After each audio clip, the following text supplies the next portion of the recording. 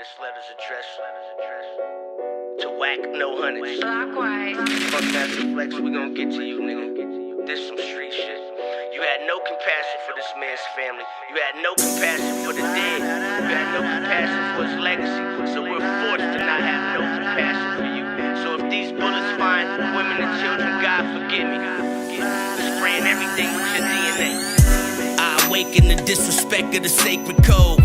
Make it known, get flesh and bone to take your soul. Bullet holes to you and yours you truly love.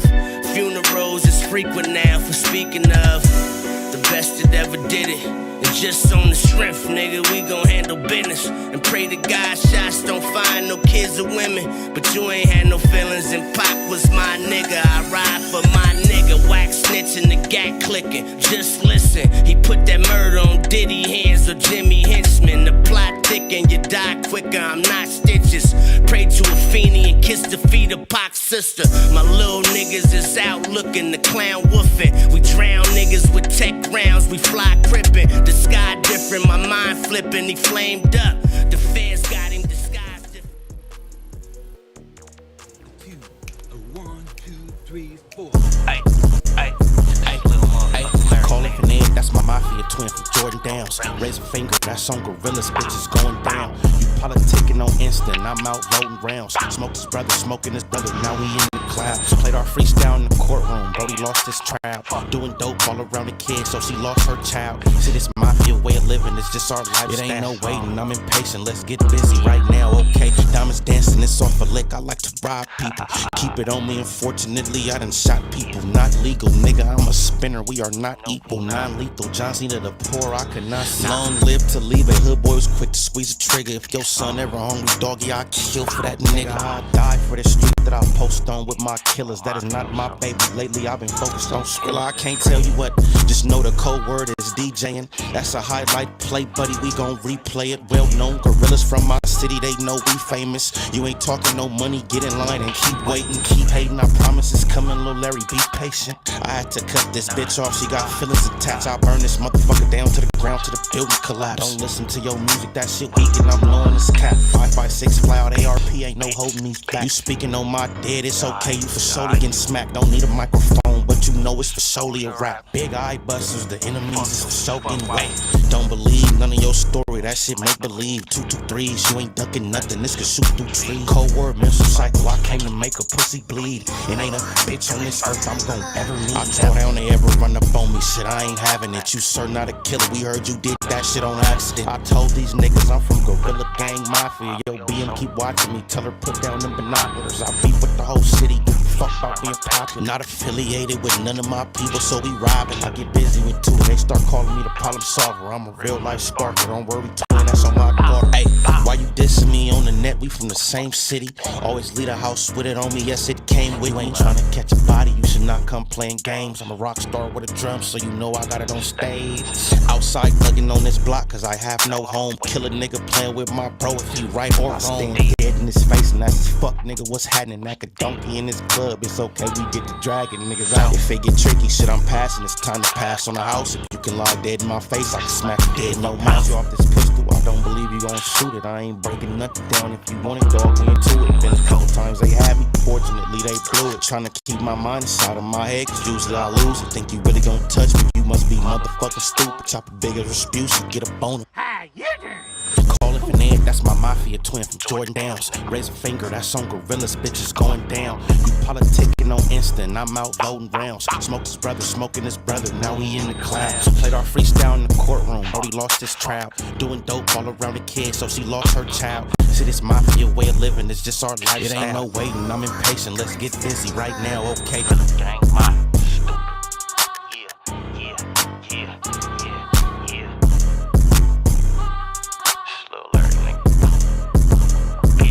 Do that. I told that nigga, well, fuck it, I'll blow a nigga logo off his hat. Hey, AV, I'm out this motherfucker. 4 extra! Hey, please let that What up, niggas? They done let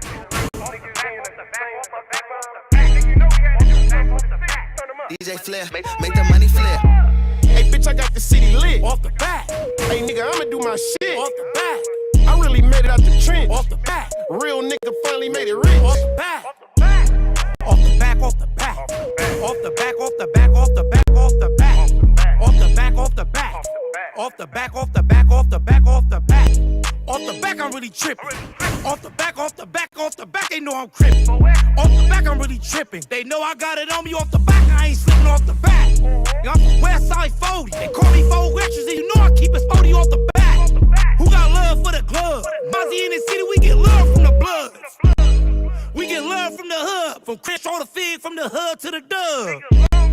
We get love from the hood, from Crenshaw to Fig, from the hood to the dub. Hey, bitch, I got the city lit. Off the back, Hey, nigga, I'ma do my shit. off the back, I really made it out the trench. off the back, Real nigga finally made it rich. off the back, off the back, off the back, off the back, off the back, off the back, off the back, off the back, off the back, off the back, off the back, off the back, off the back. Hey, nigga, this another anthem for the city. West From the hood. When niggas side hit your in the gutter and your building. Ricky. Niggas know the west side, it get tricky, tap in. When you hit that LAX, get in with me, I'm a legend. If I'm on it, it's a hit off the bat. You niggas can't take the west off the map. Run up on me, bitch, I'm pulling out the strap off the back. I blow a nigga logo off his head. Stop playing, nigga, tell him who you do it for. For the Bloods and the Crips, no studio. Don't talk down on me, don't step in my lane, bitch. They call me Big Compton, put respect on my name. Hey, bitch, I got the city lit. Off the back, Hey, nigga, I'ma do my shit. off the back, I really made it out the trench. off the back, Real nigga finally made it rich. off the back, off the back, off the back, off the back, off the back, off the back, off the back, off the back, off the back, off the back, off the back, off the back, off the back. Hey, Tremble, true story, chose me, but what you finna do for me? Bitch, I need it off the back. Every time I see her, I'ma pop it. When I bump her, she gon' sock it to my pocket. Hold on, even know I rap. Yeah, go ahead and zell something over. Come close so I could tell you something colder. When you see me, I need trap. Lupe told me that she need me on the track. Feel like Mozzie, I got Iki on my lap. I'm just keeping it a stack. Put that motherfucking fair And use it up, really ain't man. shit to get a bag. Like, got a brand Off new the smoking back, with the too tack. Like, much what you paying thickness. for that shit? I get a half price, Hey, bitch. bitch, I got the city lit. Off the back, Hey, nigga, I'ma do my shit. off the back, I really made it out the trench. off the back, Real nigga finally made it rich. off the back, off the back, off the back, off the back, off the back, off the back, off the back, off the back, off the back, off the back, off the back, off the back, off the back.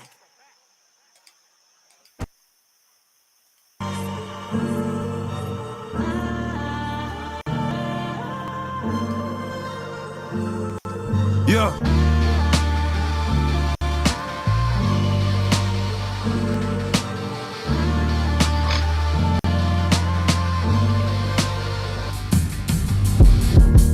I just stay on and stay out the way. I just got some pounds and I got some yay. Real niggas around, you look out of place. Quarter brick right now and that just on the face. Sell it all right now, it all be gone today. Good customer service, we don't make them wait. We constantly serving, play game and play. We constantly serving, play game and play. Man, I just stay down and stay out the way. I just got some pounds and I got some yay. Real niggas around, you look out of place. Get a quarter bit right now, and that just on the face. Sell it all right now, it all be gone today. Good customer service, we don't make them wait. We constantly serving, big and play. We constantly serving, big and play. I come from the bottom, I say with a drink.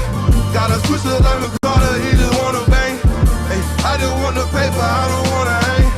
That boy that met the world, now he's up to pain. I just met your girl, she left with a stranger. Soon we shot it up, she knew I was gangster. I don't take no threats or no ultimatums. If you talking shop, you talking my language. Cop tip, hit half liter of the road.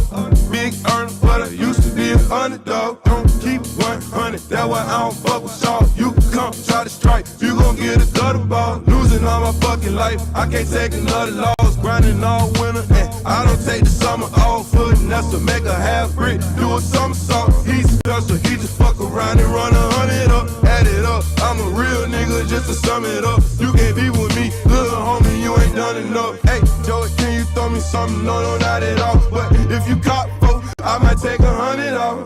Sold his ass headbanger, get some Tylenol. You get pulled when you leave here, then I am not involved. Put the bands around my neck to make it freeze up. If my grandma was here to see me, she say Jesus. She was busy see me with that money and she freed up. Miss me with that little boy Larry shit, I ain't no peon. Blood going away, damn it took him an eon. Before I'm on the price, I need something we can agree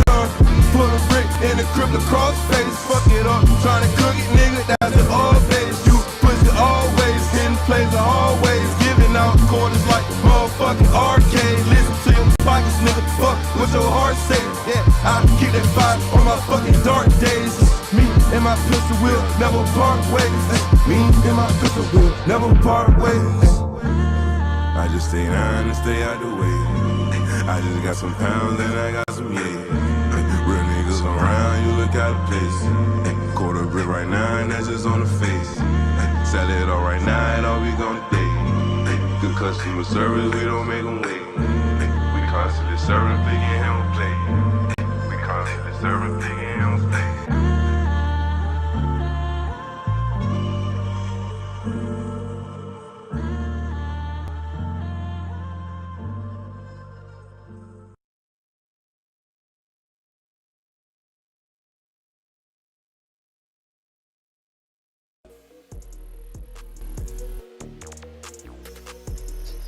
Yo, what up? This is your boy Ill back at it like a crack at it. Y'all know what it is, man. Fam West in the building, man. Make sure y'all like, comment, and subscribe. Share this.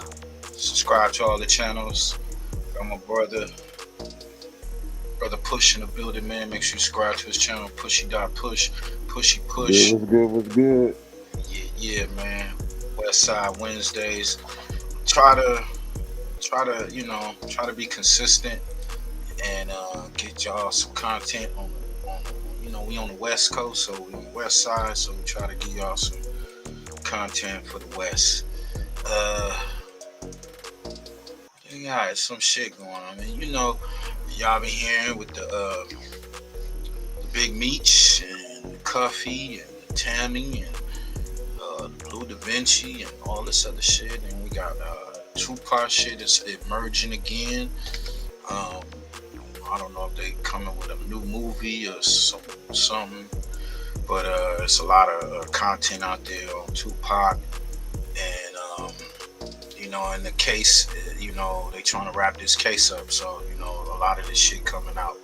So we got Reggie White replies. It's on Discreet TV. Replies to Keefe D, Tupac's lawyer, and ABC News. Good luck, but forgot wiretaps. There's some wiretaps going on. There's some stuff that I ain't heard, and I'm quite sure a lot of other people ain't heard. But it's all on this tape. And we got his last bodyguard, Frank Alexander, Michael Moore. They speaking on the incident and everything. There's a lot of little shit going on that got your boy Reggie involved. Then we got SUGE giving his accounts on situations and claiming Snoop. Pretty much it looked like Snoop knew something was gonna go down. Allegedly trying to say that he had something to do with it. I don't know. There's a lot of shit going up, but Suge Knight says Tupac was set up. So,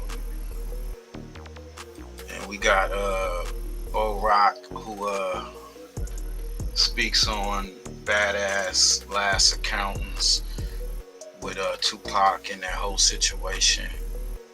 And we got Blue Da Vinci, some shit on Blue Da Vinci, but we got this your boy 607 Unk, man. Salute to Burbank TV reactions, man. We gonna get into that. And we got Munchie B. Let's get to that, man. Munchie B speaking on the Spider situation and Reggie White and all that shit. Y'all know that's lingering from last week and whole last month or whatnot. Let's get to this one. I ain't been saying nothing lately, nothing. I figured I did what I did. I stepped back. Now it's a you and Nina boy issue. But he keeps shooting darts at me, bro. I keep asking to be left alone, and I guess Munchie B feeling like Spider-Lurk still sending darts. I don't know if he's sending subliminals and what, you know what I'm saying? This is like, I'm a battle rap fan, so they back and forth. They both MCs, and Munchie B has said he done shot some darts on some of these newer records that I'm yet for him to release. Now, do y'all think they should keep it on wax? You know what I'm saying? Just back and forth, little battle rap or whatnot. That nigga Munchie got some flow, man. He won't do it. Now after a while, you get to sound like a buster. Like, leave me alone. Like, you know what I'm saying? Leave me alone. Chuck Mask in Curtis Narvell Williams, leave me alone. What's good, fam? But I'm about to. I ain't gonna hold y'all because I gotta commentate. You know what I'm saying? After this, I got a hot date. So. What up, Chuck? What up, Chuck? What's the word? Oh, you know. Where you at, a bar? Or you out eating? I'm at the bar right now. Oh, okay. Damn, early. What we sipping on? Cranberry. Cranberry. Vodka cranberry. Hey, this live is brought to you by Good Times, Fast Eddie's 420, man. Make sure y'all go check them out when y'all. I hit your back. I can't hear you, but salute though. You already know. For sure. Hit us back if you can, man. You be safe. One love, all right? One love. Hey, man. Y'all out. Get to it. Y'all trying to get that good smoke. You know what I'm saying? That's Fast Eddie's 420, man. You in the LA, IE area. You know what I'm saying? Go follow them on Instagram. They come to you. And when they popping up on them sessions, man, they giving out the best deals, man. Reggie Wright, Bomb First. You know what I'm saying? They was talking about the Spider Loc trials and tribulations he going through with him and his homies, and you know what I'm saying, and Do Sims and Munchie B's and other names come up. You know what I'm saying? So I'm gonna stop and go, red light, green light, like I usually do. All right, let's run it. It's my girls. Why don't you own an apartment building? And I'm serious right now. Let me show you a path that could change. Yeah, we gotta build it. Okay. All right, Reggie. I know last week some stuff went down between Spider and Munchie B and some other people online, and you kind of got thrown into the mix with it. Did you want to talk about that or clear that up, or is there any comments you want to make about that situation? Well, I made my rounds on other channels, and so I hope I cleared it up and clarified it. I hate that it's happening, especially to Spider Loc. So shout out Spider. I told y'all last time me and Spider kind of tapped at each other. I said I'll never tap a Spider unless a Spider ever come at me, and it have to be something serious for Spider to tap at me would make me ever to go to war with Spider. I have that type of love for Spider. People don't understand it. People don't understand why Spider has that type of respect and have always given me that respect because I'm quote unquote the fucking police. Okay, yeah, I'm the police. I ain't been the fucking police since 1995, but I still respect and honor my police days. Nigga, you still the police. And proud of them. Wish I would have stayed in that profession, if you want to keep it real. And that's the problem. You still honor the police code, you know what I'm saying? And you know the police actively today, but police will never get stricken from your jacket. You always gonna be Reggie Wright Jr., the former police officer. You know what I mean? I would never be able to erase Inglewood family off my resume. You know what I'm saying? If I get old and I'm not talking about this IFG shit no more, Munchie B, Ascari Banks, formerly Inglewood family, it's always gonna be formal, bro. Former. You know what I'm saying? All right, keep going. Okay, now, Spider and all of that's been coming out, it's the truth, y'all. It's the truth. It's what happened. But I get where Spider was going. He gave me that information because he, gotta remember, he just had a fist fight with this dude that just had him accuse him of being involved with the murder of one of their homeboys and all of that, or somebody that's from their neighborhood and online talking about that. And so he was mad at Nina boy. He was mad, and I knew that. And so I used my friendship, I kind of hate that I did now, with Spider to solicit information, as I do with anybody I'm mad at. I will start calling around, and I will find information on you. Hey, Reggie, don't be mad. It's not your fault. So when you threw the bait out there, he didn't have to bite. And then how it go in the hood, let's say I'm from East Coast, and Nina boy did to me what Spider alleged that he done to him. He implicated him in a 187. what I would do, I would go to the hood, I'd bring it to the table. Bro, you on the internet talking about open cases. I need that. Or, you know what I'm saying, it's gonna be some disciplinary actions because Nina Boy was wrong in that case. But from what I know, nothing surfaced on the internet where he said that. Fine it. You know what I'm saying? You went about that the wrong way. You went the cop way. Let's go. And it came out. But then I did the taping and talked with the young lady and all of that. And I was just like, you know what? Why? Then my boy Alex Alonso, and I saw him, he did an interview with the guy. It just so happened he went out to Vegas and I just did an interview with him. And he didn't speak that badly of me. He said some things and I was like, you know what, Alex? I said, get me on the phone with the dude, Nina. And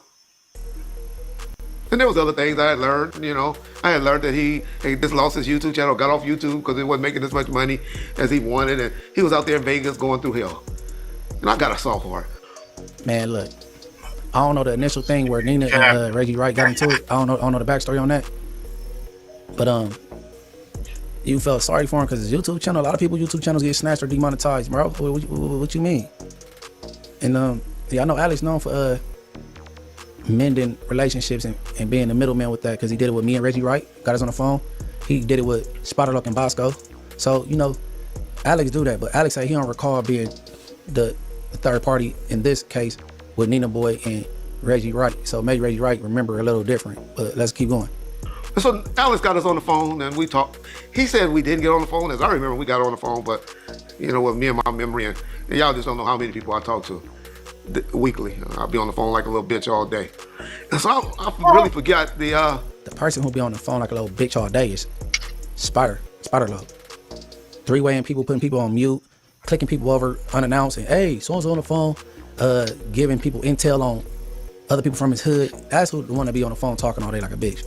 Like we seen the leaked conversation with Deuce M's and Diamond from Damo QA Conversations. He was talking like a little bitch, asking to be reinstated and all that to an entity he's not getting paid from. It's not his hood. He's not begging for his marriage. He got 4 baby mamas he not with that epic fails. Maybe he should have begged them for them relationships. That's the relationships you want with your family. Not Deuce M's, which you never seen, and you don't even know if Deuce M's got all 10 of his toes. Never met him in person. But let's keep going. You know, how the conversation went. But I knew it came up that Reggie and Nino Boy was gonna leave each other alone. And was gonna just, you know, not speak negatively on each other. I never tell people don't talk about me. I never, if y'all tell me when I dropped something with the groupie and all of that, I told them, first thing I told them, hey man, you keep doing what you're doing. You keep doing your content, you know? I never, you know, jokes, since no joke, I never was like, man, what you know, Gene, anybody I supposedly have issues with or whatever, run your content. Run your, you know, do your thing. Just don't lie on me. Just don't lie on me. But put out whatever you feel, you know, that you learned or you feel that you know. So that's how I am.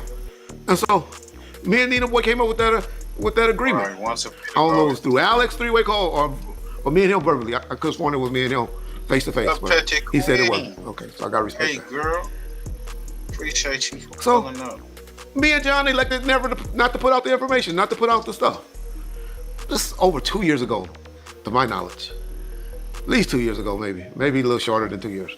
Okay, here, Reggie say him and John elected not to put out the interview because Reggie and Nina Boy came to agreement. But Spider say it didn't come out because he asked him not to do it after a while because him and Nina Boy got back cool. Two things can't be true in this sense, but let's keep going. Didn't think nothing else about it. Then Deuce M's, you know, called me. Nigga over there talking shit about me currently today called me, but we still talk. I still pick up the phone. Your ass is a fucking rat pig. Wear it, man. Just wear it. Like, yeah. I love to tell on niggas. Makes me feel good. Big oink. Fuck out of here. On with him. Right? And talk to him. Wack always tell me, I don't know why you talk to that nigga. That nigga ain't doing nothing but taping your calls and go use shit against you later on, which turning out to be true. Same shit but it's all good. Do to other people. And so, how would your life change if with the click of a single button, you could get all the clients you've ever dreamed of? How in the hell is Cash Jones gonna say somebody's gonna record your calls and turn on you one day? Right. Cash Jones, Whack 100, Winnie 100 as I call him. He gonna tell a police officer, a former police officer, well, we gonna call him Reggie Wright Jr. How you gonna tell Reggie that somebody gonna do what you do every day to people to him? Man, this fool Cash is a weirdo. Let's keep it working. He said, Reg, tell your boy Spider, he got about 3 or 4 hours to apologize and had a whole list of people he wanted to apologize to and all of that. And if not, they got some content that they gonna expose and this and that and that. And I'm like, okay, all right, dudes. So I called Spider, like, hey man, fuck those niggas. I talked to him. Hey, I'm gonna tell Nino boy what's up and I'll deal with it. And so that's what happened. Nino boy, at the time, Spider said he was like, all right, cool. But then y'all know what started happening after that. Everybody started doing reaction videos to it and all of that. All I want to say is, I hate that it went up, but y'all see how Reggie be holding shit, and if Reggie give y'all his word that he ain't gonna do something, I honor it. If I tell y'all— Shut the fuck up. Yo, that nigga's a slime ball. Hey man, that shit wild. Let's continue with this Reggie nigga.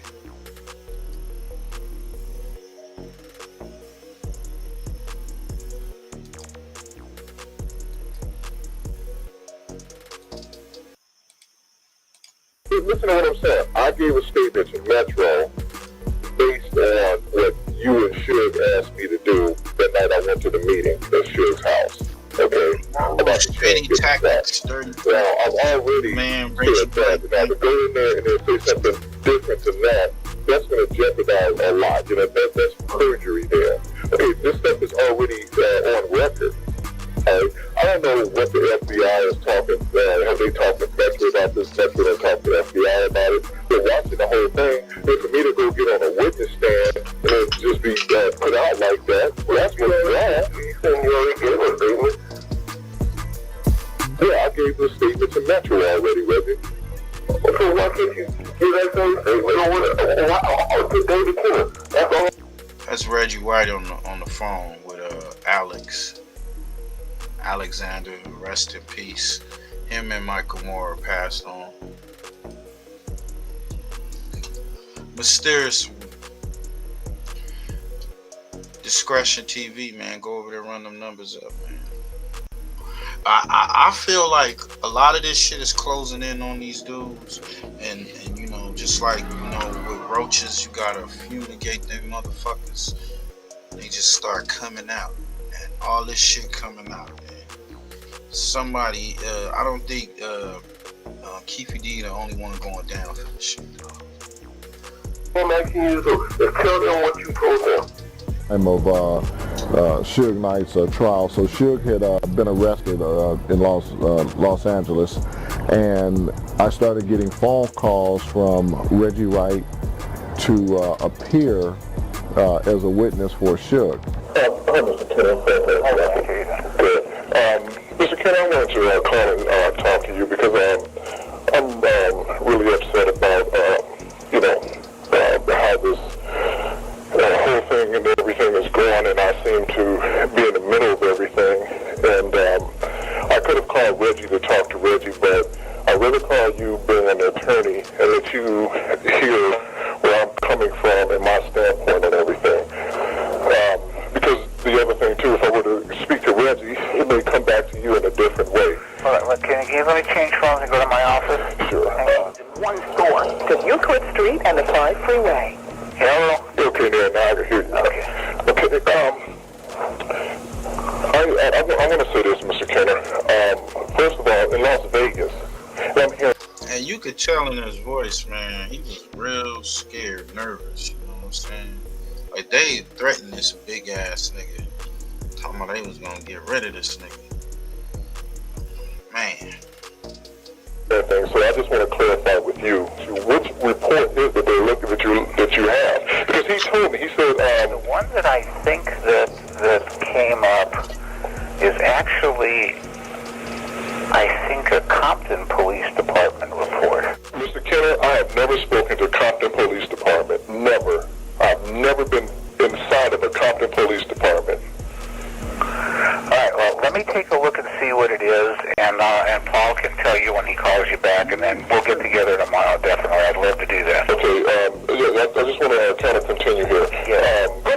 fault, Mr. Kenner, for Tupac dying, for getting shot. And it was not my fault. I don't own a security company.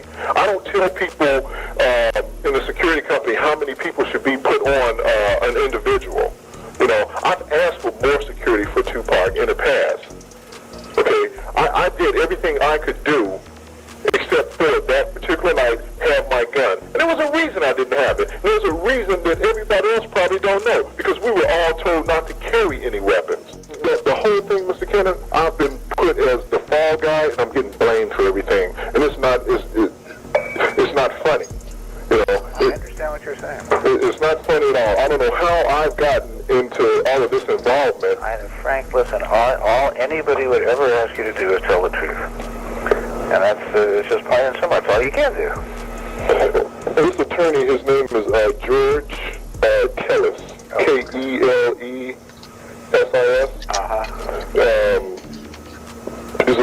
His car says attorney at law. And he's in Las Vegas. You have his phone number? Yeah, I know. Okay, you know what I'm speaking of. Anyway, he had this meeting with all of us in security. And this is what he said in the meeting. So we were told to leave our guns in our car.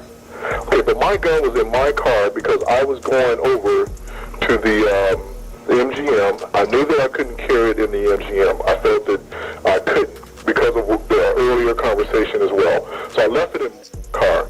When I was out there with SUGE after the fight, and we were standing at the Lexor, and Tupac asked me to drive his car, my first thought was, well, I don't have my gun. It's in my car. Everybody's going to leave. I didn't know exactly where everyone was going. They would have left me because they don't wait, and you know that. But the thing is, I knew we were going to 662, and there was plenty of guns at 662, you know, as far as security went. No one knew what was going to happen. You never think or know when anything is going to happen. Of course not. Right. So it wasn't like I thought that, okay, we're going to drive down the street and we're going to get shot at, so let me leave my gun. Frank. You know what I'm saying? So I know, but Mr. Kenner, all this stuff is coming back on me. You know, this whole thing since this shooting has all come back on me. Listen, let me, I'll see what I can. I have never heard that. This is the first I'm hearing of anything coming back towards you. Mr. Kenner, I've been made the fall guy since the shooting. I went to my room. He told me to go to my room. I was like, you can't leave him like that, right? So I go, Pac, what do you want to do? He goes, man, I want to go to the MGM. He goes, fuck this shit, right? I was like, well, I'm not dressed, Pac. He goes, well, I'll tell you what, you go get dressed. Michael Moore, you stay with me. I said, all right. And he goes, and then when Frank gets dressed, you go get dressed and you meet us over at the MGM. So I go up to my room, I get dressed. I come back down, Mike, he takes off. Pac goes, come on, Frank, let's go catch a cab. I go, what are we doing? He goes, we want to go to the MGM. I said, you want to walk over there? He goes, no, man, we want to catch a cab. We walk out of the MGM back arena area. As we get out into the entrance area, we're looking for the rest of the SUGE's guys, the Death Row Posse, and then Pac's looking for the Outlaws, right? So after a fight, everybody met out there, and then everybody got together, and we went on about our business. This particular night, we're standing there, and we're looking for everybody, and then everybody shows up. Everyone shows up, and one of the homeboys, one of SUGE's homeboys, his name is Trevon, he comes over and he whispers something in Pac's right ear, because I'm on his left. We're waiting on Tyson to come back there, and Pac's back there, he's all excited, your boy just knocked out Selden, 50 blows, you just hit him 50 times, you count him. So, I'm back there with him and everything, and SUGE is back there. So SUGE says something to Pac, and then the next thing I know, we're leaving. Tyson didn't even make it out the ring to come down. We walk out of the MGM back arena area. As we get out into the entrance area, we're looking for the rest of the SUGE's guys, the Death Row Posse, and then Pac's looking for the Outlaws, right? So after a fight, everybody met out there, and then everybody got together, and we went on about our business. This particular night, we're standing there, and we're looking for everybody, and then everybody shows up. Everyone shows up, and one of the homeboys, one of SUGE's homeboys, his name is Trevon, he comes over and he whispers something in Pac's right ear, because I'm on his left. He whispers something. Next thing I know, Tupac takes off running. He took off running, and I went off running behind him, and when he turned the corner, there was this guy standing there. Little did I know who he was. He ran up to him, and he swung. And then the guy swung back, and then Pac weaved, and then Pac swung again. And at this time, there was like 3 or 4 blows thrown. Tupac had this medallion on that he had recently purchased, and it broke. When it broke, he went down to pick it up. When he went down to pick it up, I grabbed him. When I grabbed him, I threw him against the wall, so I had him out of the fight. This time, everyone else is running up, as clearly the MGM footage shows. The guy is Orlando Anderson now that we know who he is. They're into this brawl. And I have Tupac against the wall now at this point. The fight ended. We had to get out of there. Little did I know, earlier, when they had left me, I had already walked all through the MGM. So everybody's taking off and going in the wrong direction. I go, no, Suge, this way, right? And then he's like, no, this way. And I go, Suge, I was just here all day. Time of Suge Knight's trial. So Suge had been arrested in Los Angeles, and I started getting phone calls from Reggie Wright to appear as a witness for Suge.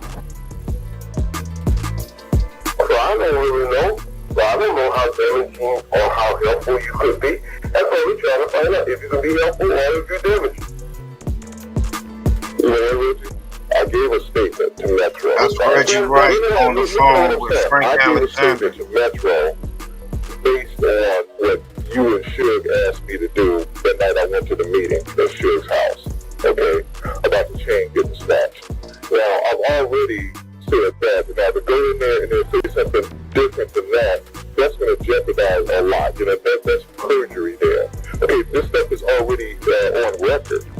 I don't know what the FBI is talking about. Have they talked to Metro about this? Metro don't talk to the FBI about it. They're watching the whole thing. And for me to go get on a witness stand and then just be put out like that, well, that's what's wrong. And you already gave a statement. Yeah, I gave the statement to Metro already, Reggie. Okay, why can't you do that same statement? I'll get David Killer. That's all I'm asking you to do. Just tell them what you told them. Time of Suge Knight's trial. So Suge had been arrested in Los Angeles, and I started getting phone calls from Reggie Wright to appear as a witness for Suge. And from that incident, later I started getting phone calls from Michael Moore, and then a really good friend of mine that I'd grown up with that worked for Reggie over at the office, Larry. And they were, more hands-on and around the people hearing things that obviously I wasn't hearing. And there was things like, they want you dead, be careful. Listen, what if you can start your own lending business, helping other businesses get access to capital? Yo, that's crazy. Shit was getting real thick back then. What's up, Harlan Quinn? He said it right out of his mouth, and this girl trying to confirm it. Really? Yeah. What did he say? Say what you did. She said they let me do it. She said that they said you told a lot of stuff against Suge and Buntree and Pac. I did. Yeah, they said that they got the police report saying that you said that I'm put my ass in. You said that Suge was kicking, that Buntree was Tupac was beating the guy up also. I never said any of that. This information about Frank, if he shows up, or if Frank is not, talking on our side and Ben on our side, that we're going to have to take him out, And these are words from Michael Moore. Michael Moore was telling me that, that he was hearing this around the office. Michael Moore continued to work for Death Row's office, and he was hearing these conversations, be it with Reggie, be it with Suge, be it with whoever he was hearing it from. Good, Harlan. I'm going to try to get on earlier next time. Whatever that was. Appreciate I don't know what it means, but that's what they told me to tell. Yeah, they tried to. Yeah, she said it's sending me for the next court date, which is at February 25th. Anyway, I just heard that that they want me dead. That's what I just heard. I just got a phone call saying that they want me dead. Okay. I'm gonna stop it right there, man. That thing is like an hour and a half. We ain't going that long. Damn, Push, that's some serious shit. So they was sending him threats after the whole incident, saying that he said too much. He was get to the art of dialogue. Shout out to Art of Dialogue. Saying he said too much. They wanted him to say something. I still believe his unaliving was something else. You know what I'm saying? Besides the so-called he took himself out. That's what they said. We got Suge Knight giving shocking interviews. Says Tupac was set up. Calls out Snoop Dogg, Diddy, Ray J, and more. We ain't gonna play that whole thing, but this right here, I thought was some trippy shit right here. This is recent. They just put this up. Y'all go check out DJ Vlad. I'm gonna speed it up, man. You know how they be tripping. Why is he coming with death row shit? He went around. Huh? Unmuted. I'm talking about his shit. That's it. That's all I'm talking about. No, that's all he's talking about. They were asking. Why you asking about questions about that with Vlad? You know what I'm talking about, nigga. You don't talk to nobody. You talk to motherfuckers. You want to talk to motherfuckers. This is recently, y'all. Motherfucking Ron is on the sand. When motherfuckers get that motherfucker when they feel they can, when they want to, and bullshit motherfuckers, and act like, you know, don't you talk to Snoop motherfucker ass, nigga. Who ass up? Don't be talking about fucking same breath. You motherfucking with Snoop. Because Snoop said some fucked up shit about the homie, and shit coming out, and shit gonna be dealt with. You want to put on speaker? I know y'all hear me talking. I ain't talking to my. Said shit gonna be dealt with, y'all. Sheesh. Shit gonna be dealt with. Shit gonna be dealt with. You want to put on speaker? Talking about fucking same breath. You motherfucking with Snoop. Because Snoop said some fucked up shit about the homie, and shit coming out, and shit gonna be dealt with. You want to put on speaker? I know y'all hear me talking. I ain't talking to my motherfucking self. Yeah, I hear you. You know, the shit y'all be doing ain't homie shit, ain't family shit. It's selfish shit. Now, here it is. Pop ain't this his motherfucker. That's a little bro, that's a little homie, that's all the answer. Then y'all with Snoop and the rest of these nigga fuck Snoop, nigga. And the minute the motherfucker run to him, you know what it is. Y'all can't listen. There's nothing wrong with being on Snoop's side and campaign on that side of the way. Nothing wrong with none of that shit. The motherfucker can't play both sides. Both sides get motherfuckers mixed up. Every time motherfuckers turn around, motherfuckers see you motherfuckers love and love shit up you little niggas. But y'all don't even fucking niggas what's convenient. Then you say shit, and when nobody else say shit, and somebody else would say shit, the homies will want some answers. Because it's you, we ain't tripping. But you still say shit. Then when you're trying to talk like real family, you bullshit a motherfucker. On top of that motherfucking shit, when it comes to some shit where like you feed your family, it's my responsibility to feed my family. You gonna say bitch ass, show who that faggot ass motherfucker is, fuck Shay. Okay? And he tell you, you got my rights, my life rights, and even if I'm talking on anything or doing anything, like if I throw a bird in the sky, if somebody pay me, I gotta pay you. And so yeah, I need to check on that too. When you know the truth. If there was something different, and it was true what you said or no, it's true. But you know you don't got my life rights. So I would never say present me having something on you to fuck with your motherfucking family like you did with me. And you know you did that shit. I told motherfucking E motherfucking ass to tell you about it and tell him to holler at it, and everybody just go backwards and forwards. And he, your motherfucking ass, you wanted $8. The boy which ain't shit. When I'm in prison, motherfucker loan you something, and you just say, oh, I'm not paying it back. Oh, it's hard now. So you gonna triple me and my kid. And that shit good. When I've been a nigga to turn it down like that. Hey, y'all can go check out the rest of that. That's on Vlad TV, man. Show called in. Spoke on Tupac and says fuck Snoop. You know, You know, there's been some rumors out there. They was, like I said, they was trying to say when this went down, when it happened, Snoop was they was actually celebrating. So Interscope always owe me money every month, you know, and they have a bankroll of my money. So if I tell Interscope to buy this house, they gonna send the money, but it's still charged to me. Make sure y'all go check out the art So of Dialogue, nobody man. put that money up, guaranteed that money, and did anything to get You have 60 seconds remaining. out of prison but me. And if that's the case, why no one else does it? So many people say what they would have did. If it was a fit, we all be Trump. So that's that. So Suge, when Tupac got shot in Vegas, right? Y'all was in New York prior to y'all going to Vegas. If you can you give me the backstory where Tupac and Nas had that run-in and how Snoop got on the radio and made some comments that got Tupac mad? All right, look. We go to New York. It's MTV Awards. And, you know, I believe in doing everything big. At that point, once Tupac became to be a part of Death Row, his name was changed from Death Row to Untouchable Death Row, if you guys remember. So I ordered the plane. We go to New York. We go to the awards. We went to the awards. We having a good time. There's a lot of tension there. Pac feeling a certain kind of way because, you know, he felt that people in New York crossed him.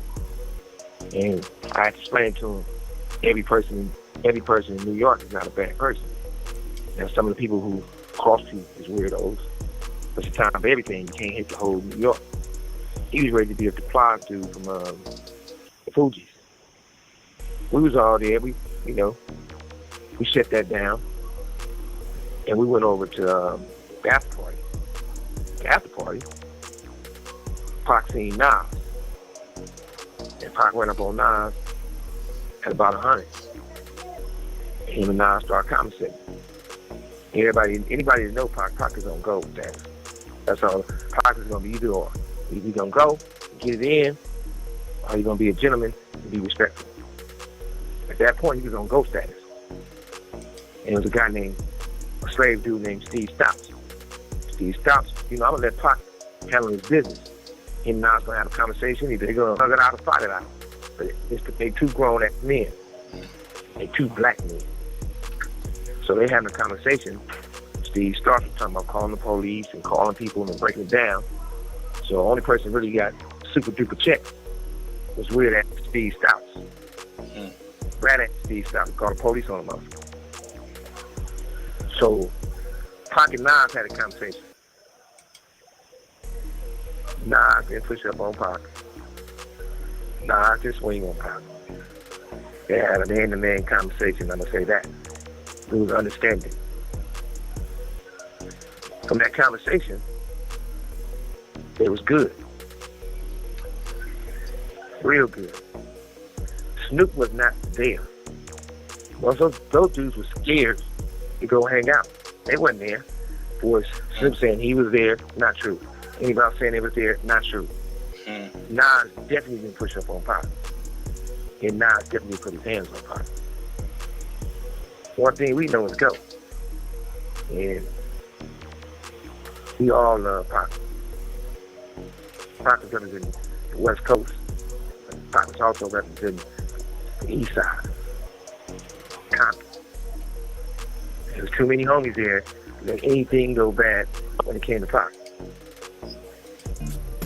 They wasn't sad, I can tell you that much. Niggas was actually kind of happy. Niggas actually kind of like, yay! Yeah, buddy. Damn. Yeah, buddy. Like that. Okay. Yeah, it was like that, you know what I'm saying? Because, you know, not to get too deep into it, but it wasn't all love. It wasn't all love going on at Death Row at that time. Right. You know what I'm saying? It was not. It was a lot of tension and a lot of shit going on in Death Row. You know what I'm saying? Which is the reason the homies and them passed on even going out there to the fight. You feel what I'm saying? Because it was just bullshit. It was bullshit going on. You know what I'm saying? And that camaraderie that used to be between the Bloods and the Crips at Death Row had started going this way. You know what I'm saying? So, you know, it wasn't no boo-hoos. We sad, we crying. You know what I'm saying? You know, even though it turned out that, you know, only one of them passed away, which was Pac. You know, the initial impression was that both of them had got downed. You know, and the initial reaction was, you know, there was a few people, you know, quite a few people who was in celebratory manner when they heard the news. You know what I'm saying? Like, yeah. You know what I'm saying? Like, on some, it's all ours now. You know, type of shit. Yeah. What's up, guys? It's Lex from Los Angeles Recruit School. Come check out some of the studios and gear that our students get to work with here on campus. But you know, I allow motherfuckers to be fake as they want to be. You know what I'm saying? And act like. But that's understandable, man. Everybody ain't gonna love you. You know what I'm saying? I mean, he was coming up there. He blew up the spot. SUGE and Death Row had all their attention on Pac, and Snoop was the one that, you know, kicked off Death Row. You know what I'm saying? So I can see it. You know, I heard stories. I heard, you know, we heard the rumors, you know, about certain situations was going down and niggas was getting beat up and the red room, all that type of shit. I was hearing them stories. You know, it was what it was, and situations, you know what I'm saying, was what it was, you know. If I'm not mistaken, Badass either called Big C Style or he called Daz. Or it might have even been Snoop. I wish the homie was here to say. But if y'all check with the homie Frank Nitty, he know, because I know him and Badass had the conversation about it. That was Badass Road Dogg. But I forget who in particular that he called. But I will tell you this, you know, when they first got the news that it was all bad, niggas wasn't sad. They wasn't sad. I can tell you that much. Niggas was actually kind of happy.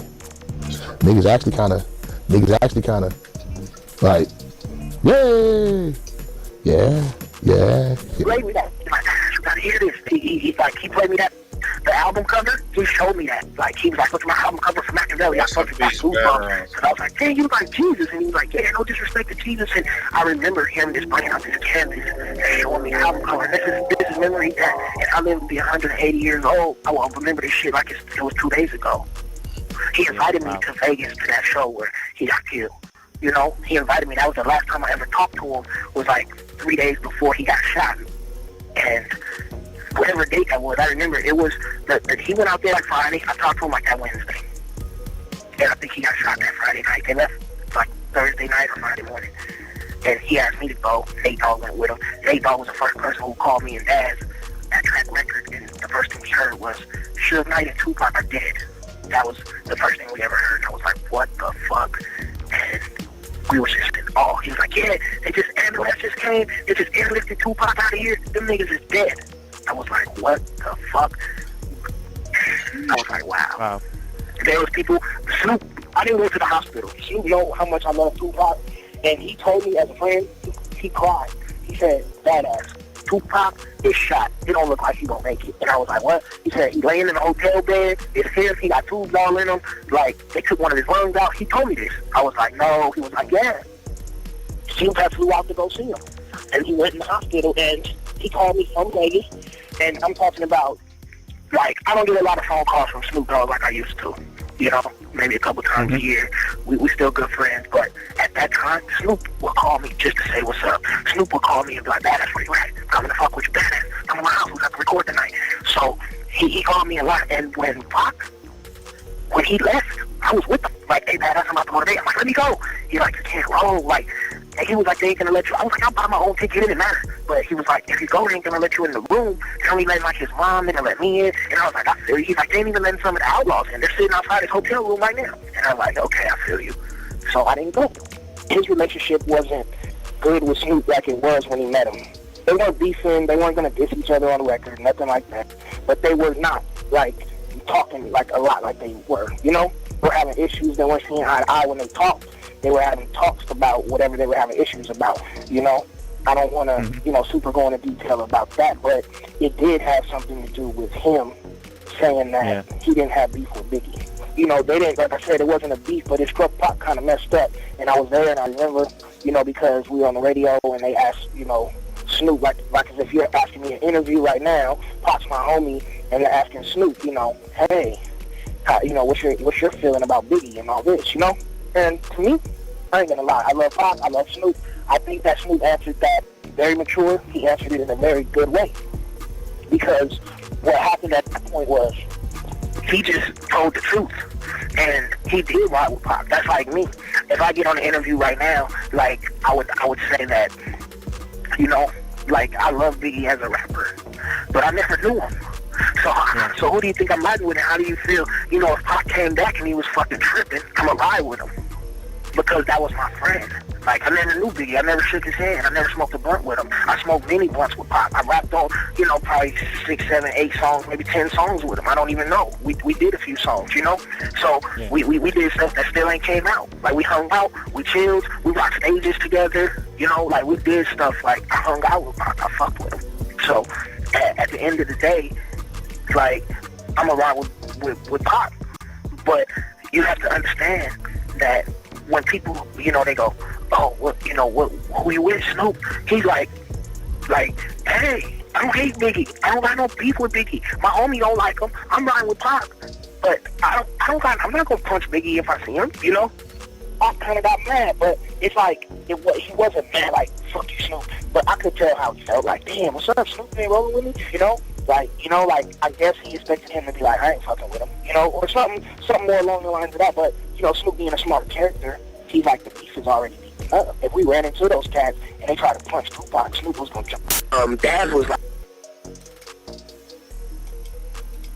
no, I'm not going to that shit. You want to roll with them? You going, it's going to be all the bloods there, blah, blah, blah, and none of the homies are going to be there. And I was like, dang, I didn't really think of it like that. I don't really feel uncomfortable. But now that you're saying like that, he's like, Snoop ain't going. Like, why would you want to roll? Why? We don't roll like that. You roll with Death Row when the homies roll. And I was like, you're right. So I ran back over. To establish love link, please play. Yeah.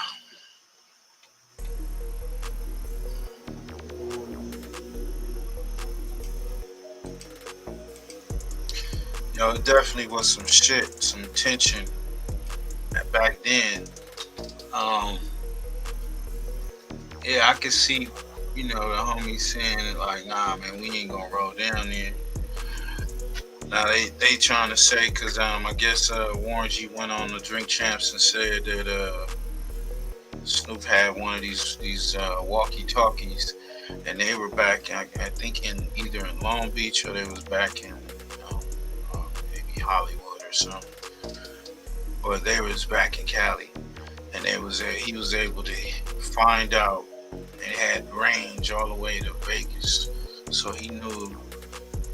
He kind of like knew what, as soon as it went down or after it went down, he was told or whatnot. Paraphrasing.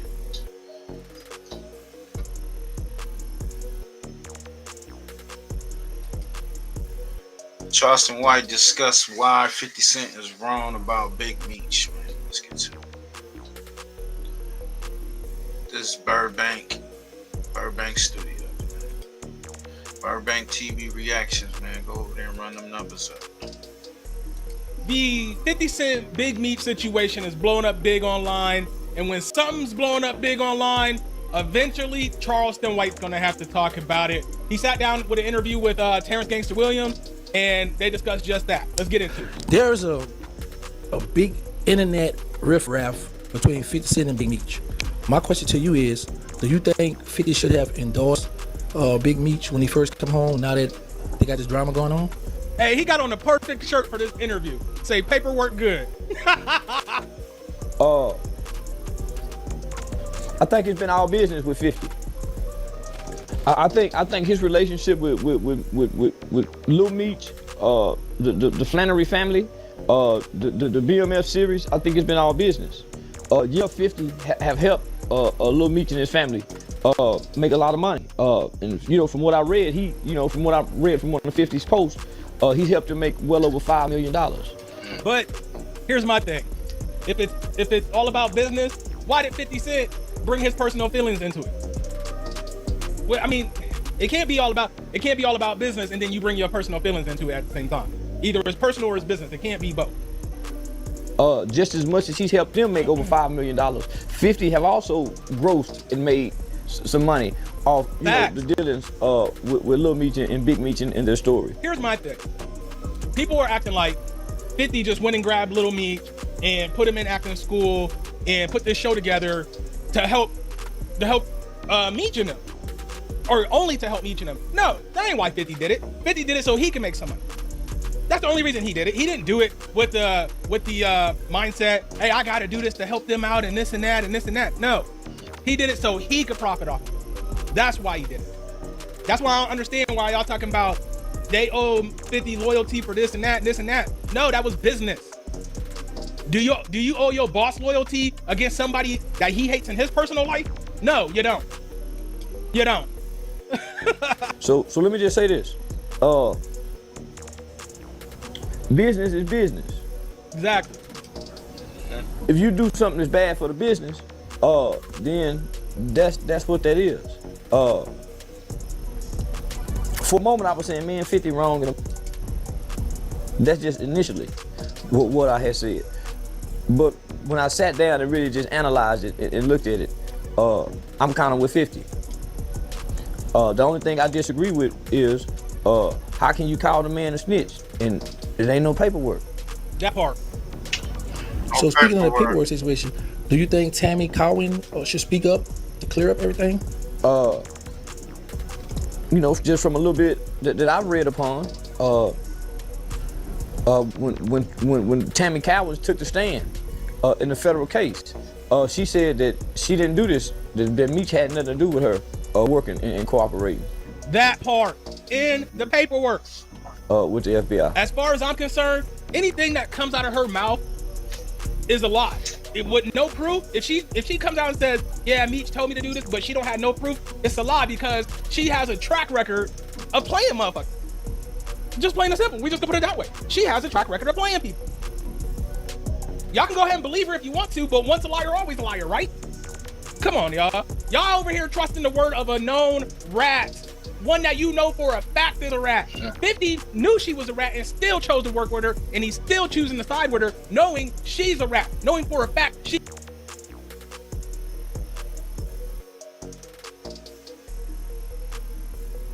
Saying, homie, when did the streets, homie? I thought you had to have paperwork on it, homie. Now you got in jail saying, man, Meech put me here. But the broad, Tammy, initially said otherwise. So Cuffy. That's the truth. This game, you're not. I'm not all the way yet sold that Big Meech snitch. I mean, I don't know about this whole third party thing. I mean, it could be a possibility. I'm not sure. It just don't. I don't know. It's some holes up in this shit, man. Some holes in this shit. Bro, niggas is paying niggas to snitch phone. Yeah. Third party snitching. That's going down. That's the new thing. Gotta have somebody else do it. Somebody else does, man. I don't think Cuffy is too bright. Just because of the simple fact. All right. He was saying Meech put him there, this and that, but then in another conversation I just heard recently, he was saying he ain't mad at Tammy. Tammy's the one that testified against you. How are you not mad at the person that played them all? She played all Why? them niggas. Because you was trying to sleep So with for 50 to have this knowledge and this information already, and when Meech get out of jail, he still embraced Meech, and he still put the story out there. Facts. It let me know that this was a business decision. Yeah, it was a business decision until they did something that 50 didn't like. And that's petty as fuck. That's petty as fuck. I don't know how y'all give him a pass for that. Because they did something he didn't like, so he wanted to go out and expose something that had already been out for years, so he really didn't expose anything. He just brought it to a bigger platform. And then people who hadn't heard about it before, all these years ago, it's been going on for damn near 10 years, have now started hearing about it and think 50 exposed it when he didn't. Now I could be wrong, but it let me know that 50 is operating from a business decision. Little Meech probably bonded with 50 throughout this process. Yeah, probably. See him as a father figure, uncle type figure. And then 50 turned around and dissed him. And probably developed some genuine, some genuine feelings. Big brother, little brother, big aunt. From his interactions and engagements with him. So it probably became more personal for Lil Meech. It probably became more personal. Yeah, probably. At the same time, it's business with 50. Yeah, because at the same time, he probably grew up listening to 50's music, watching Get Rich or... Hey, y'all go check out the rest of that, man. Charleston White gives his opinion on why he feel 50 Cent was wrong. Like I say, it sound like a business, and everybody playing their part. Big Meech has not said nothing really. He just said that little, I never have, I never will, rat, snitch, BMF for life, And I kind of feel like I say, he's still in that halfway house, so he can't say too much. He can't do too much. He can only do so much. And him and his brother, they still, they still under the eye, the watch eye of those people, alphabet boys. So I mean, I don't know. We hearing everybody else coming out speaking on this shit, right? We got the lawyer that was actually behind Big Meech and Southwest T. Let's get to that. But before that, we got some shit on Wacky and Loose Cannon. But let's see what Unk's saying. 607 Unk, man. This nigga crazy. Why do he always gotta go to the gay stuff, man? Any pilot or Flying J? They try to pay me just $2 million to I don't know if I want to say this because I ain't taking $2 million. It's the Bob report, you got to come on with it. They try to pay me $2 million to kind of spread the rumor that Meech was a snitch. They try to pay me to do that, and I started doing it, but I just can't do it for the money. So I kind of did a reverse. I'm from St. Louis. I'm from Back Door City, gang. Once they told me the information, I had to do a reverse, gang. Right? I like to slay demons, but not an innocent one. I mean, Meech probably was in jail over 20 years. Remember I talked about people in jail, they take dick and they be in jail over 10 years? He probably did that. Wow. But he ain't snitch. This nigga. He ain't snitch. Right. That was kind of Hey, why he always going to the gay stuff with it? I mean, he was in prison for 19 years. I'm just saying. But still, why? You see that nigga now? He always got to go to the gay stuff, man. Trick by 50 Cent to steal $150 million. That's what I want. You mean steal $150 million? Well, for the life rights. He got paid $150 million for stars for BMF life rights. They try to give me $2 million of that shit. That's what I'm on. And I was thinking about it, but it's why take it, right? Why I'm gonna take some money from old big booty 50 Cent, right? Don't he got a big booty? That's how you know a lot of shit in there. Damn, bro. That's why I like to poke him in and make the shit come out the shit just come out. That's what I'm about. Take the shit straight out of 50 Cent ass. That's what I'm about. He a lot of shit. This nigga's zesty as hell, cuz. Right, and he tried to wild up St. Louis and use Cuffy as a pawn. I mean, Cuffy really doing 25 years, gang. And I thought it was 27. I mean, I could be wrong though, but I'm pretty sure it's 27. They use him as a pawn and make him believe somebody stitched on him that didn't, to kind of deflect, to kind of destroy Meech and steal $150 million. It's kind of I mean, that's St. Louis shit, it's backdoor, but. So where do you think this is coming from, huh? It came from, I don't really want to say it, but Tammy Coins, right? You gotta understand. The Tammy Coins, she just ain't come out of nowhere, right? And a lot of people don't know, right? Tammy Coins ain't just boom and just pop up, right? Tammy Coins, she came from somebody named Blue Da Vinci, right? And you know Blue Da Vinci, right? Yes. Blue Da Vinci been #1 supporting that Meech snitched on Cuffy. He the one that came up with the paperwork, right? Didn't I tell y'all? I've been said this already. He might be watching my videos. I don't know. I do a lot of videos, a lot of shorts on him, so he might have peeped the channel, maybe. I don't want to get full of myself. I'm just saying. But didn't I say that? I have been saying that. If anybody, it's Blue Da Vinci. You know what I'm saying? We already know for a fact that he not only took that took that safety valve and attempted to cooperate with the DEA. He cooperated with the DEA up until like 2020, actually. This 60-second trick will change your life. Meet Pi. Yo, he just stopped cooperating 5 years ago. Damn, Snitch Da Vinci. God damn. There's something crazy about that, right? Because he a known snitch. Certified snitch, BMF. So I had to do my homework. Not like FYG BJ, man. Because we got started before that. Right. I had to do my research. Right. Right? I did my research because he gave me some documents. And the documents had Meech's name on it. Right? It had some case numbers on there. But when I looked at these case numbers, that name wasn't there no more. So he made some fake document. Put Meech's name in it. That's what. Fake documents, my nigga. You hear that, y'all? Fake documents? Fake paperwork. Bro, why are they going to him to speak on Meech? Yo, the same way they go to Whack and the rest of these dudes. They get all these cats' opinions that supposedly got some type of, fame on their name or whatnot. I guess he from St. Louis. Like I said, I don't know what happened. I don't even care.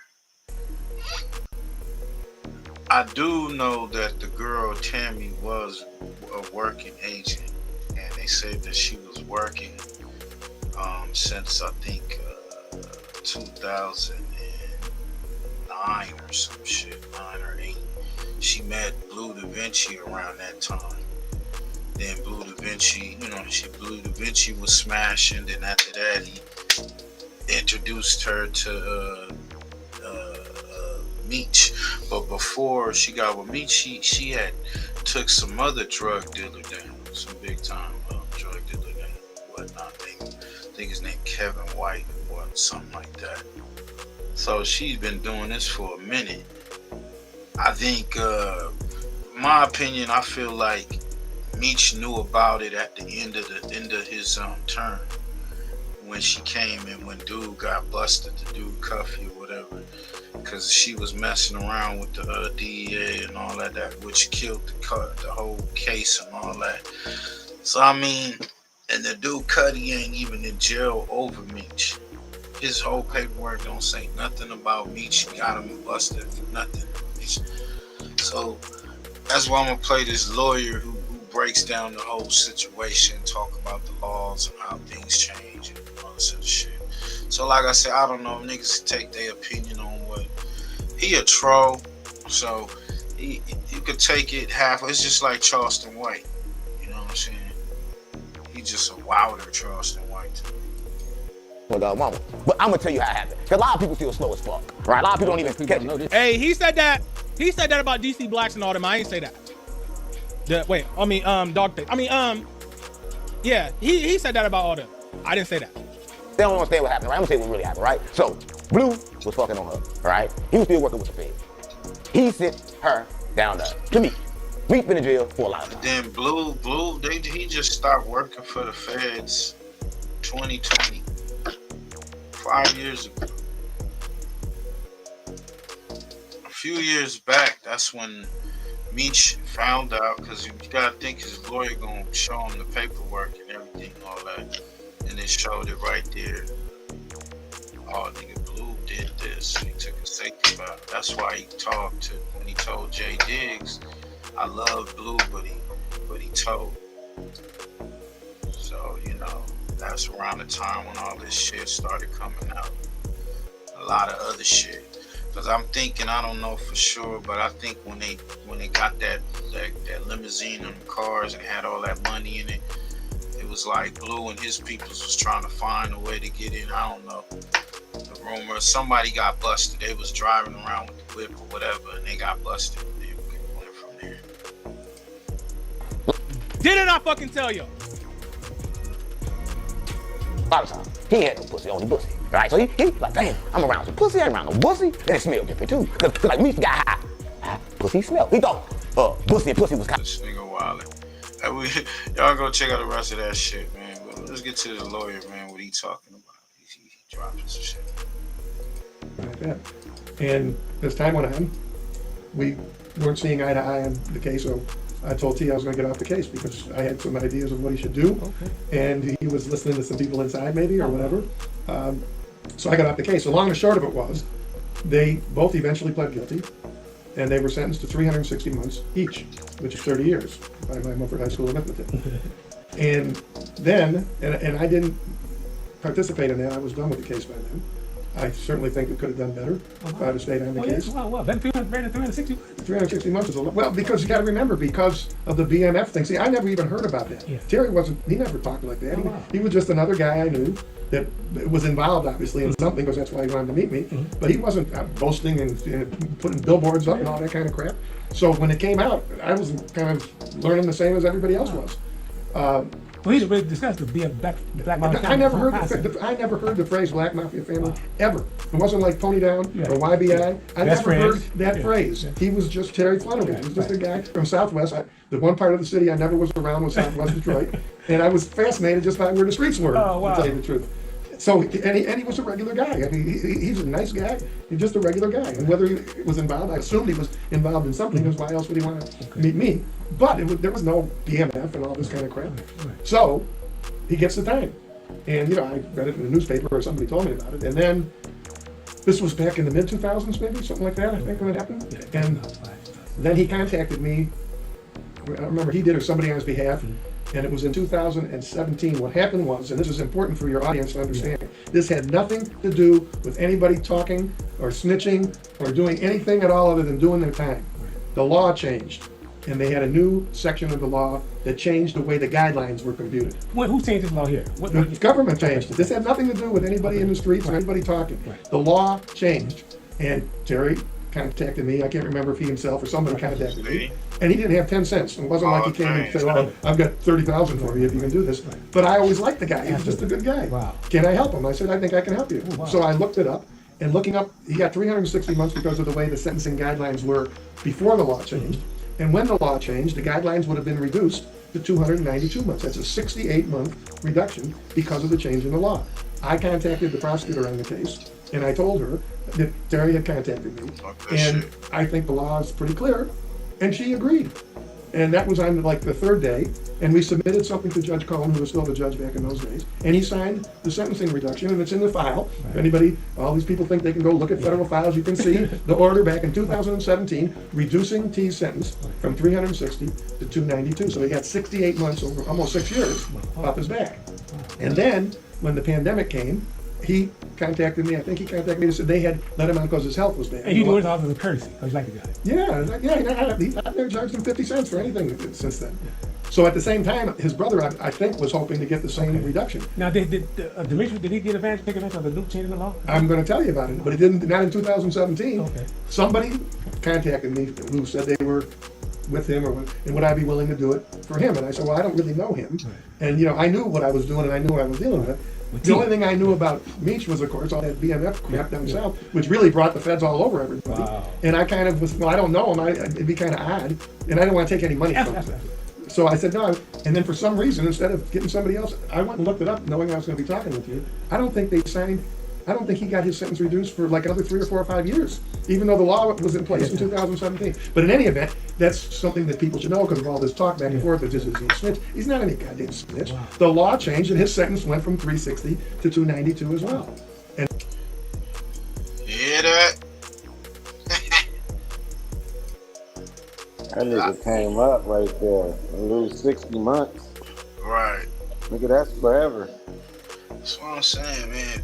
That's why he ain't saying nothing, because I think in his conditions he can't talk. My uncle just got out. Like, he can't be speaking on nothing. Can't come on social media and say nothing that got to do with his past case and all. These niggas just running content and everybody pointing fingers. This shit started with Wack. Wack always, everybody that been coming on for the last couple years is a rat, a snitch or whatever. He wanted the master Splinter want everybody to be a rat, just like him. And then, from what I understand, he was sent to the halfway house, which people have to understand. Again, for those of you who are listening to this, when you get a federal sentence, unlike a state court sentence in Michigan, if you get a state court sentence, there's no good time, no halfway house, no nothing. If you get 2 years, you do 2 years, 24 months to the day, okay? That's not the feds. People need to understand that. In the feds, you get 54 days a year, good time, which is pretty much 2 months, okay? You can also go to the halfway house within 6 months of whenever your release date is. So when you get a long sentence like he had, 360 months, you're talking about 30 years times 2 months a year of good time. That's 5 years, that's 60 months off of it to begin with. So now it's 292, and now it's 5 years off of that, now it's 232, and he did all that time. And that's what everybody says, that there's a 5-year window that hasn't been served. That's the whole chapter. Like a 5-year window? What do you mean window? When I mean like, he has 5 more years to do that he's not doing. First thing, are they all geniuses? They understand the federal system? No, they do not. I'm saying, these people who are... No, they do not. No, they do not. None of these niggas passed the bar. None of these niggas is lawyers.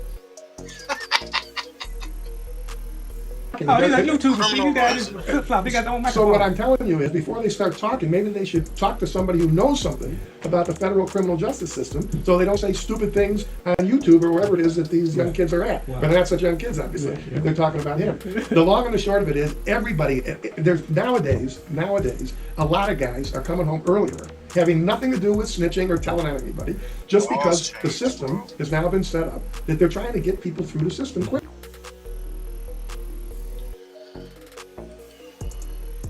So I don't know, man. Niggas gonna still have their doubts or whatever. You know, we know for a fact Blue Da Vinci told on the safety valve. This dude Cuddy, I don't know if he probably compromised himself as well. And nobody's talking about Suarez, the Mexican or the cartel. I don't know. We're gonna get to this next shit though. Okay? Not past tense, she made clear he is a friend of mine. This was in 2016. She's saying Barima McKnight, aka Blue Da Vinci, is a friend of hers.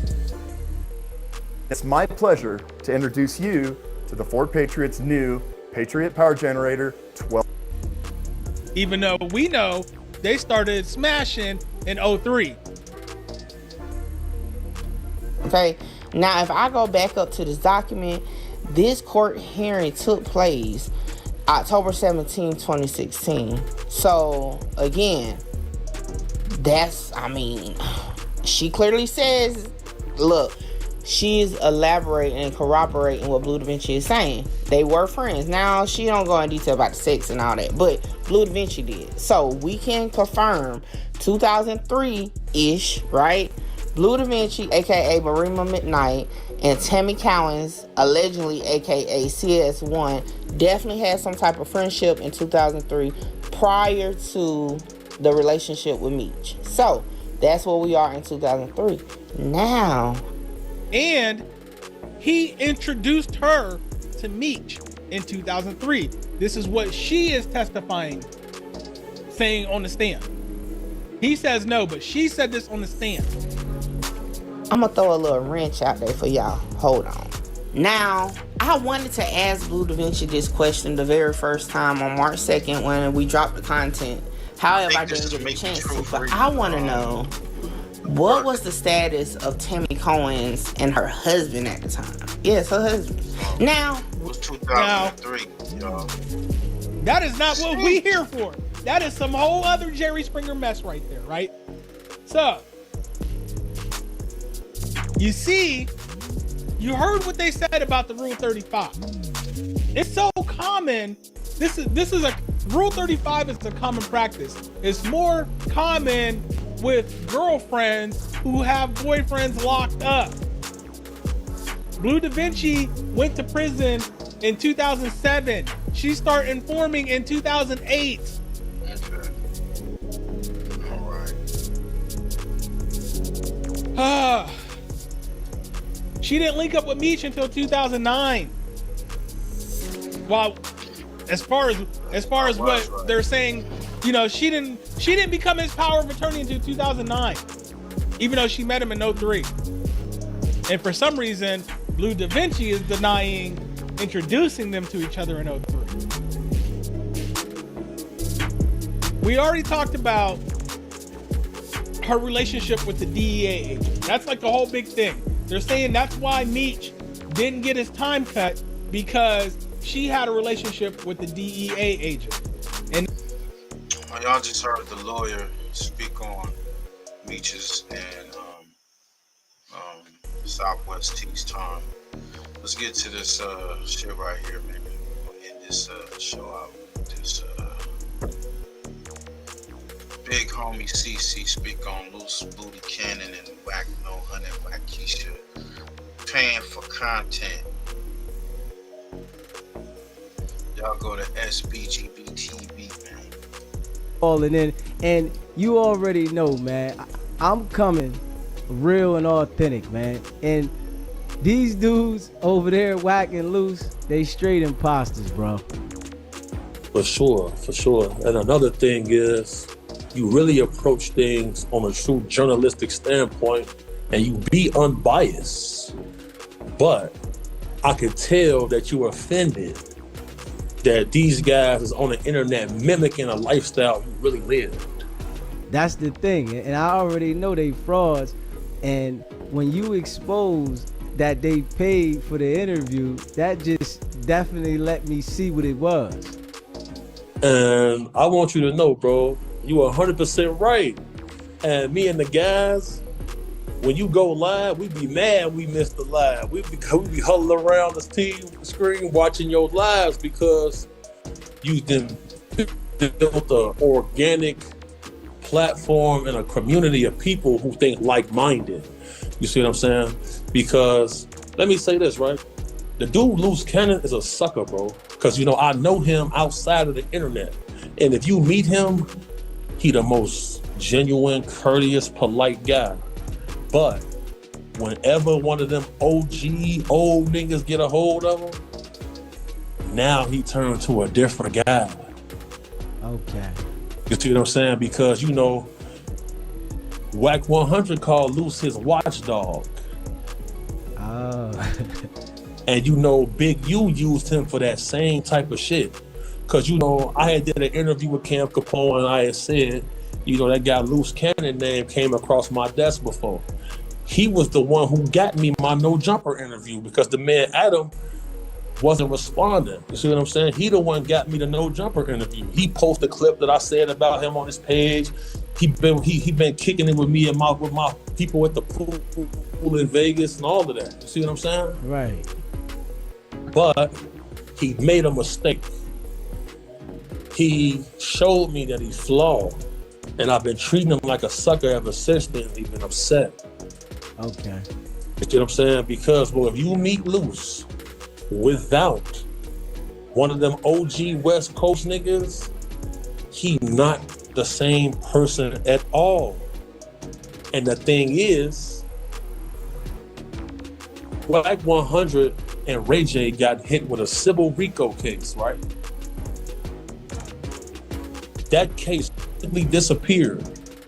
But right after that, Whack goes on this whole tangent where he's causing confusion and he's turning people against each other on some COINTELPRO shit. Because see, I know things about him.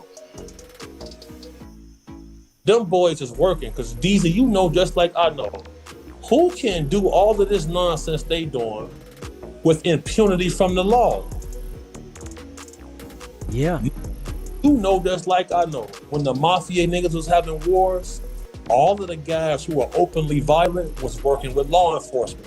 Law enforcement want the animals to all kill each other. The man Loose Cannon is a sucker, man. The man had to pay me to join the live. When I seen these, you know, most drivers don't know that they can buy out their lease because it's not really talked about, right? It's not really talked about at the dealership. These boys, they seen my homies. You know, just like I know, Deezy, you cannot do all this disrespect on the side we from, like you said, without seeing somebody brains on the pavement. Facts. These boys complete suckers, clowns. I just want to come through real quick, give you your flowers, because, you know, I get 5,000 an interview. But YouTube is revenge of the nerds, because without this, they couldn't even speak to guys like us. Word. They couldn't. But your platform, I'll be in the comment section. you got a nice platform. You moving good because your crowd of people, y'all ideologies align. Right. And when I see the man loose call you and tell you that you got it. Yeah. Man, look, man, you do this shit very nice. And it warmed my heart to see it. I say, okay. But I'm watching, I say, man, this man is severely offended because you've been behind that wall before, I can tell. Yeah. And you know what it takes to get there and what it takes to come out unscathed. You got to be a monster, period. Yeah. Loose cannon say he been in all kind of shootouts. He can't hold his wounds. Now, people, if the man's so slow, I never even filed no restraining order on him because I knew he was going to run with that. He say he got a court date on the 21st with me for a restraining order. The man's so slow, I was really going to get it so that when I sink him, when I do what I'm going to do to him, I could go bond out, you feel me, and I could fight it off the street. But the man ran with this shit so fast, he put himself in a corner because now I'm going to ask him to show the paperwork. Because let me tell you something right now. This is exclusive right here. A few weeks ago, we in Vegas. We at Club Elevate, 4850 West Flamingo. We see Loose and Whack with their security. They homie Tank, we put him in the hospital. What you think they did, Deezy? They called the police. They maced us, tased us, and their security team held my boy Turn Up God on the ground for 50 minutes until the police got there. Dang. This the type of lame activity these boys doing. And then they go get a nigga who say he don't know me, named Coffee, say he grew up with me. He's 52 years old. I'm 35. We never grew up together. They paid these two dudes. Let me tell you why. Coffee used to be Carlos Boozer's assistant. Carlos Boozer gave Coffee a Rolls Royce. I still got Carlos Boozer watch right now because Carlos Boozer beat up one of my clients who's a female. We pushed up on him and took that watch from him. I still got the watch. So what we gonna do? Send me an address? I'm gonna send you that watch. I'm gonna send you that watch. Alrighty. So, this is the confrontation that they talking about. He don't seem bothered. To me, always fucking this with these niggas always harassing me. Always fucking this with harassing me. Always fucking this.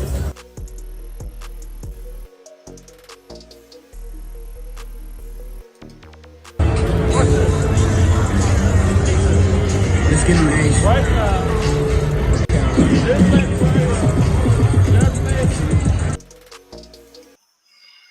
Don't look threatening to me. But this is just a clip, y'all. Yo, Push, what you got coming up, man? Oh, shit, bro. Just dropping TikTok and YouTube, bro. Got that new TikTok coming up. Hey, y'all go check out Push on TikTok, man. The numbers is up there. Put your thinking caps on. Make sure you go strap in, man, so you get that knowledge. He dropping jewels over there. Go follow Big Nutter and follow Fan West. No CAPP'N TV, man. We out this bitch.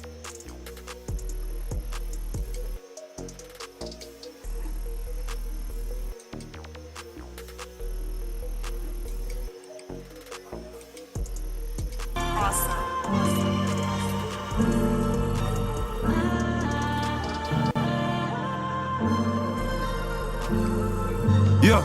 Salute to everybody for pulling up, man. Turn your notifications on. Yeah.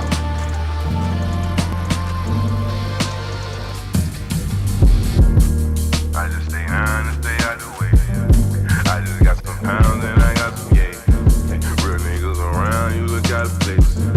Quarter brick right now and that's just on the face. Sell it all right now, it all be gone today. Good customer service, we don't make them wait. We constantly serving constantly serving big and play. Hey, man, I just stay down and stay out the way. Hey, I just got some pounds and I got some yay. Hey, real niggas around, you look out of place. Get a quarter bit right now, and that's just on the face. Hey, sell it all right now, and I'll be gone today.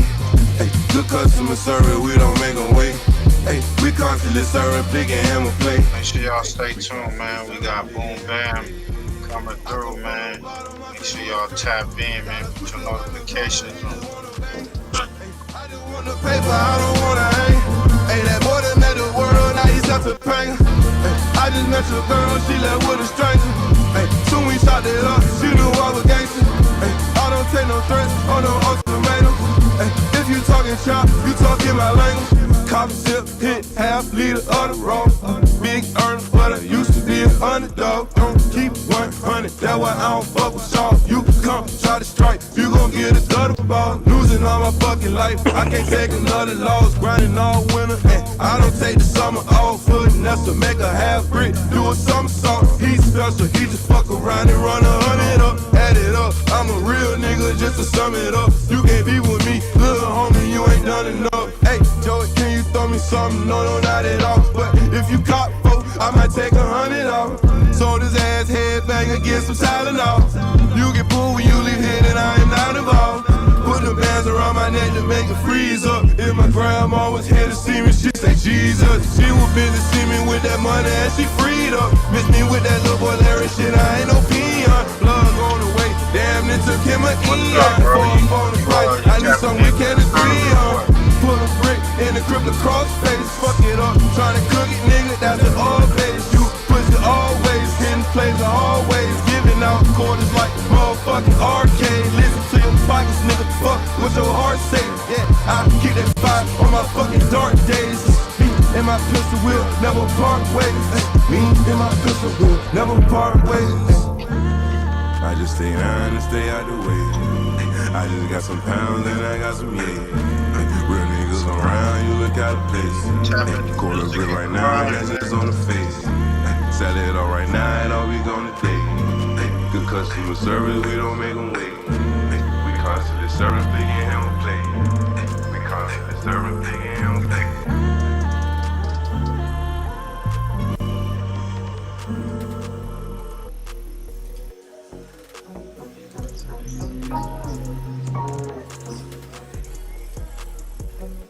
Yeah, we in this motherfucker, man. Bone chiller, hanging in this bitch. Love. Tapping into the server. Fresh up out the body, it's a situation. Mask on, cause them cameras can't see niggas' faces. Closed mouths, cause them feds pick up niggas' cases. Put in work, extra points for participation. Niggas hating, diamonds change, they look real amazing. Bitches waiting, condom off, she can really taste it. You niggas basics, we got codes, something like the Masons. Baby said I got the glow, don't look like I'm aging. Back to back foreigns, no passports. Trooped up, got more guns than the task force. Look, ain't got more money than your favorite rapper. Biggs asked me about my bitch, it almost made me slap her. Can't have you round my crips if you ain't no factor. Probably rob you for your shit, I know a gang of snatchers. I fucked your bitch and you the one she named her baby after. Quarterback into these hoes, cause I ain't afraid to pass them. Spit the double back, bitch, we back again. Fresh up off of pass, finna pass again. 200 on my neck, I'm feeling like I'm him. VVS is road gold, shooter for the win. Your nigga looking stressed, how can I be him? You a bump or a buff, how you wanna live? Speaking on that pack, talking about that bitch, I almost fucked her friend. Nigga, if you flexin', throw your hood up if you a nigga in your section. If you flexin', then you flexin'. Throw your hood up if you a nigga in your section. Nigga, if you flexin', then you flexin'. Throw your hood up. FirstFamRadio.com. FirstFamRadio.com. Nigga got a grip, nigga get a grip, nigga with the gang and rollin' with the Alpine bangin'. For me what you gotta bag.